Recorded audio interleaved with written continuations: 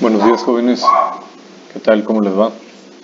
Les debía este video acerca de la polisemia. Entonces pues vamos a comenzar, ¿no? Bueno, este tema pertenece a la sesión número 3 del curso de nivelación o del repaso, así que pues comencemos.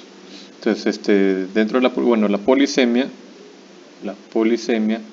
jóvenes, significa poli, significa mucho, semia significa significados, valga la redundancia, ¿no? Significa significados.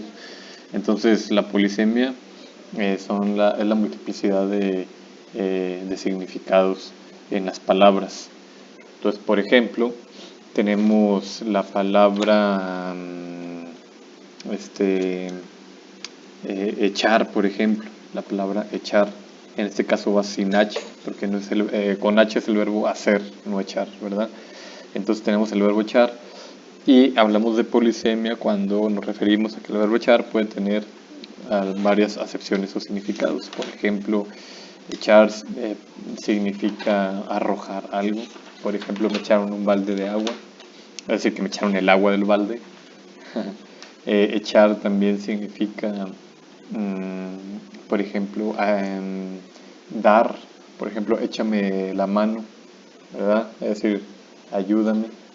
Eh, entonces aquí vemos pues, al menos estos dos significados que tiene ese verbo, y eso se le conoce como polisemia. Otro verbo, por ejemplo, es pasar, que también tiene muchos significados, ¿no? Pásame el vaso, pásame el lápiz, pasé el examen, em, pásale a la casa, pasé por alto tal ofensa, pasaron 10 años después de lo acontecido en aquella ocasión. ¿Se fijan? Entonces pasar tiene muchos más significados, ¿verdad? Entonces eso es lo que se le conoce como la polisemia, y de alguna manera pues la polisemia ayuda, es parte del lenguaje, es parte del español en este caso, y definitivamente la polisemia pues ayuda mucho a darle dinamicidad al lenguaje, ¿no? A darle movimiento, a darle vida al lenguaje, lo hace mucho más práctica la lengua, la polisemia, ¿verdad? Porque pues dentro de un contexto, cuando hablamos, dentro del contexto pues nos entendemos, ¿verdad? Entonces ya en un contexto dado, en el momento de la comunicación lingüística, o la comunicación verbal, digamos, pues se entiende, el emisor y el receptor entienden a la perfección los significados precisos o exactos que se le está dando a cada una de las palabras que se emplean en el momento, ¿no?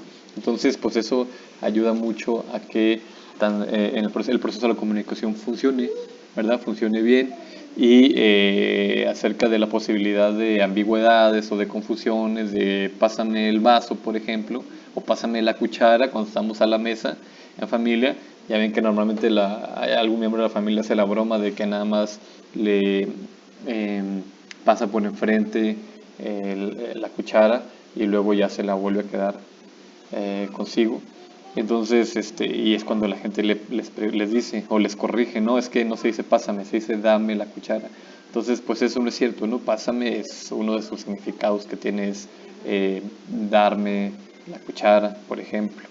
Es uno de sus muchos significados. Entonces, cuando hacemos esta corrección de no, es que no se dice pásame, sino se dice dame la cuchara, les digo, realmente no es correcto esto, ¿no? O sea, no es correcto hacer esta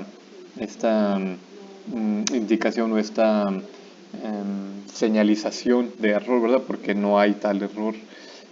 Y esa persona que supuestamente está corrigiendo está entendiendo a la perfección a lo que se refiere la otra persona al decir pásame la cuchara, ¿verdad? Solo que pues el receptor del mensaje pues está haciendo broma, ¿verdad? Con el verbo pasar, pero tanto emisor como receptor en ese ejemplo de enunciado pues entienden perfectamente el mensaje, ¿no? El mensaje, la intención comunicativa. Entonces, pues eso tiene que ver con la polisemia, muchachos. Espero haber sido claro. Si no, pues ya saben, me pueden escribir a mi correo electrónico o por Facebook Messenger. Ahí les contesto, ¿no? Dentro de la polisemia, pues debemos hablar de la sinonimia, La sinonimia es se refiere a los sinónimos, ¿verdad? Y esto consiste en cómo un significado puede ser compartido por varias palabras.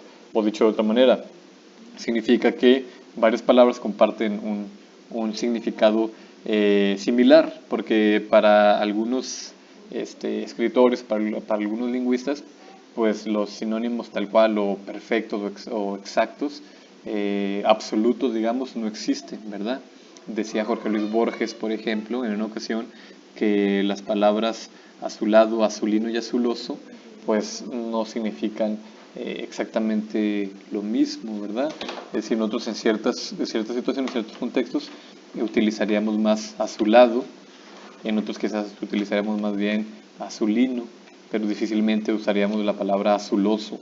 Entonces, bueno, los significados, los sinónimos absolutos, pues para algunos no existen, ¿verdad?